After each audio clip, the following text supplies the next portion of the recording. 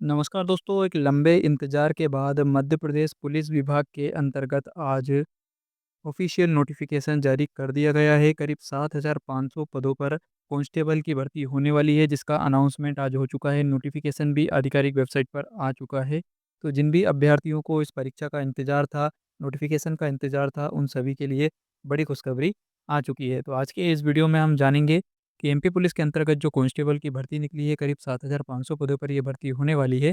तो इसमें कब से कब तक आवेदन होंगे? देखिए, जिन भी उम्मीदवार को इस परीक्षा के नोटिफिकेशन का इंतज़ार था, उनके लिए एक थोड़ी-सी बुरी खबर होने वाली है। बुरी खबर ये है कि जो नोटिफिकेशन आज जारी किया गया है रूल बुक, तो यहाँ पर आप डेट देखिए, 15 तारीख से लेकर 29 तारीख तक आपके एप्लीकेशन फॉर्म सबमिट हो जाएँगे और आपकी परीक्षा बहुत ही जल्द 30 अक्टूबर को ही यहाँ पर ले ली जाएगी। 30 अक्टूबर से ही परीक्षा चालू कर दी जाएगी, यानी कि बहुत ही कम समय यहाँ पर दिया गया है। 15 से फॉर्म अप्लाई होंगे और 29 तक चलेंगे।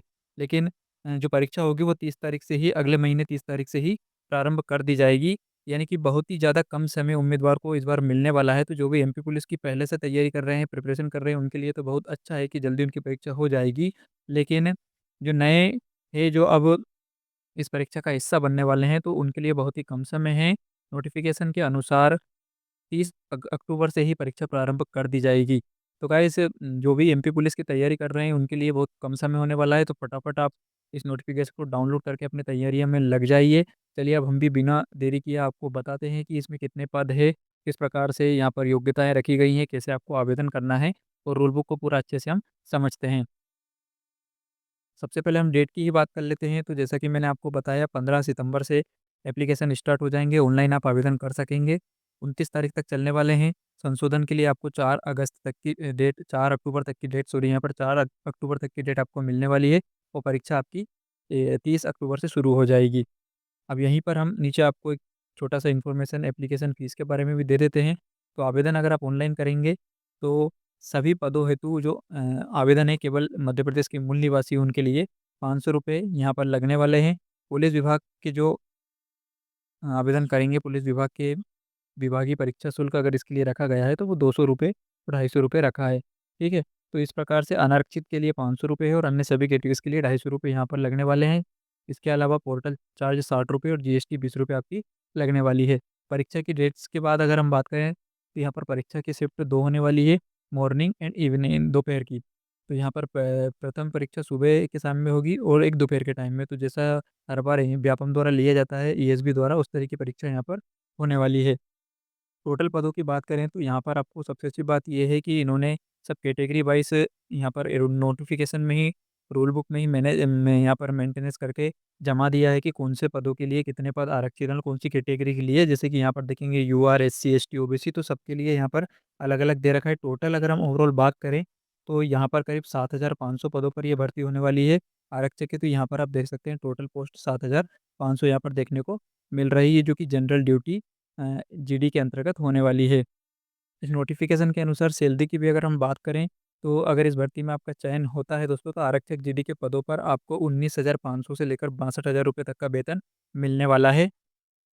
तो गाइस, चलिए अब हम बात कर लेते हैं न्यूनतम शैक्षणिक योग्यता की। एमपी पुलिस भर्ती के अंतर्गत एजुकेशन क्वालिफ़िकेशन क्या होने वाली है? तो आरक्षक जीडी के लिए शैक्षणिक योग्यताएँ आप स्क्रीन पर देख सकते हैं। यहाँ पर मान्यता प्राप्त किसी भी मंडल संस्था से 10वीं और 12वीं पास होना चाहिए।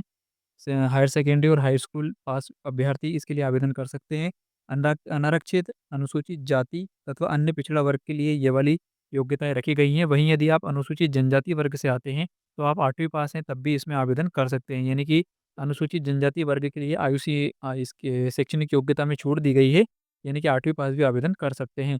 ठीक है, इसके बाद अगर हम बात कर लेते हैं आयु सीमा की, तो यहाँ पर अलग-अलग कैटेगरी के लिए आयु सीमा में भी छूट दी गई है।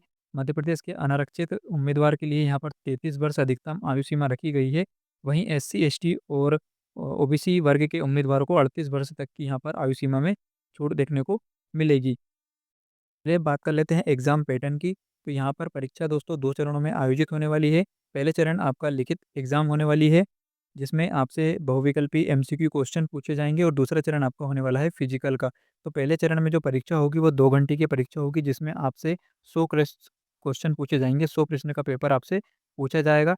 इन 100 प्रश्न में दोस्तों आपको प्रत्येक प्रश्न के लिए 1 अंक दिए जाएँगे और सबसे अच्छी बात ये है कि इस परीक्षा में कोई नेगेटिव मार्किंग नहीं होने वाली है, यानी कि नेगेटिव मार्किंग नहीं होगी। गलत उत्तर के लिए आपके नंबर नहीं कटेंगे, ठीक है? 40 अंकों का यहाँ पर अब हम बात कर लेते हैं, जो 100 अंकों का पेपर होने वाला है, तो उसमें कौन-कौन से विषय पूछे जाएँगे। तो 100 अंकों के इस पेपर में 40 अंक आपके सामान्य ज्ञान एवं तार्किक ज्ञान, रीज़निंग और जनरल नॉलेज के होने वाले हैं। इसके बाद 30 अंक का पेपर होगा बौद्धिक क्षमता एवं मानसिक अभिरुचि का, और 30 अंक का होने वाला है विज्ञान एवं सरल अंकगणित का।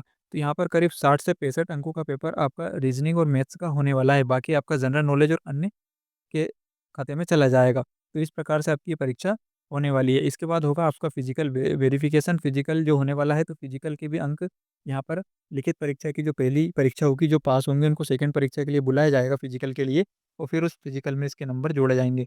तो फिज़िकल के भी बारे में अगर हम बात करें यहाँ पर, तो अनारक्षित उम्मीदवारों को जो आयु एज जो अ, अनारक्षित के जो उम्मीदवार हैं उनकी ऊँचाई, हाइट जो है वो पुरुष के लिए 168 सेंटीमीटर रखी गई है। सीना यहाँ पर 79 बिना फुलाव और फुलाव के साथ 84 सेंटीमीटर होना चाहिए। अलग-अलग कैटेगरी का भी आप यहाँ पर देख सकते हैं।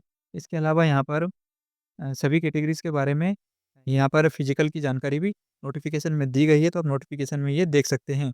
इसके अलावा फिज़िकल में क्या-क्या होने वाला है, इसकी जानकारी भी आप यहाँ पर स्क्रीन पर देख सकते हैं। जैसा कि आप यहाँ पर देखेंगे कि पुरुष के लिए यहाँ पर 800 मीटर की दौड़ रखी जाएगी, लंबी कूद रखी जाएगी और गोला फेंक यहाँ पर फिजिकल में आपका रखा जाएगा। तो इसकी सारी जानकारी आप यहाँ पर स्क्रीन पर देख सकते हैं, नोटिफिकेशन डाउनलोड करके भी देख सकते हैं। पुरुष और महिला दोनों ही उम्मीदवारों के लिए यहाँ पर अलग-अलग से मेजरमेंट दे रखा है। चलिए अब बात कर लेते हैं एग्ज़ाम सेंटर की। तो आवेदन फॉर्म जमा करते समय आप यहाँ पर स्क्रीन पर दिखाई दे रहे इन एग्ज़ाम सेंटर को चुन सकते हैं, जिसमें भोपाल, इंदौर, जबलपुर, खंडवा, नीमच, रतलाम, रीवा, सागर, सतना, सीधी और उज्जैन, इनमें से किसी भी एग्ज़ाम सेंटर को आप चयन कर सकते हैं। दोस्तों अब बात कर लेते हैं कि इस नोटिफ़िकेशन को आप कैसे डाउनलोड करेंगे। तो इसके लिए आप ऑफ़िशियल वेबसाइट से भी इस नोटिफ़िकेशन को डाउनलोड कर सकते हैं, या फिर वीडियो के डिस्क्रिप्शन में हम इसका लिंक दे देंगे, तो आप वहाँ से भी इसको डायरेक्टली डाउनलोड कर सकते हैं। अगर आप हमारे व्हाट्सएप चैनल से नहीं जुड़े हैं तो जुड़ जाइए, और अब तक आपने हमारे चैनल को सब्सक्राइब नहीं किया तो फटाफट चैनल को सब्सक्राइब कर लीजिए।